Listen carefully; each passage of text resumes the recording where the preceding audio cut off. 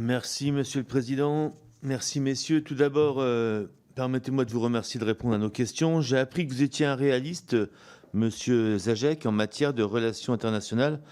Alors, permettez-moi d'être terre à terre dans ma question. Depuis la gerboise bleue du 13 février 1960, la dissuasion nucléaire est une garantie pour l'indépendance de la France. Dans un monde où la puissance, qu'elle soit dure ou douce, est le facteur principal des relations interétatiques. Nous sommes probablement dans une époque où la menace de feu nucléaire sur le vieux continent n'a pas été aussi forte depuis la guerre froide. Je pense évidemment à l'Est, et des échos que je perçois, certains ont peur, me disent que de toute façon aujourd'hui les missiles sont hypersoniques et que l'on ne peut plus les arrêter.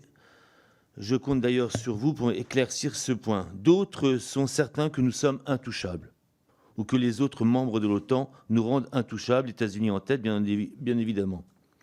Il y a aussi la question d'une menace venue de l'espace. Sommes-nous protégés? Serait-il pertinent et surtout possible de s'y préparer? Beaucoup craignent que les nouvelles technologies fassent entrer la dissuasion nucléaire et les rapports militaires de manière générale dans une seconde phase, plus technique, plus précise, mais aussi plus coûteuse financièrement, humainement, intellectuellement. La France, qui est pour l'instant un fleuron technologique dans beaucoup de domaines militaires, saura-t-elle ne pas se faire distancer par les mastodontes chinois et américains, pour ne citer qu'eux? Je vous en remercie. On doit pouvoir avoir une critique constructive de ce qui est en train de se faire. Parce qu'en fait, je suis navré d'être assez direct ici, mais on est dans une construction qui est sous direction américaine, entièrement.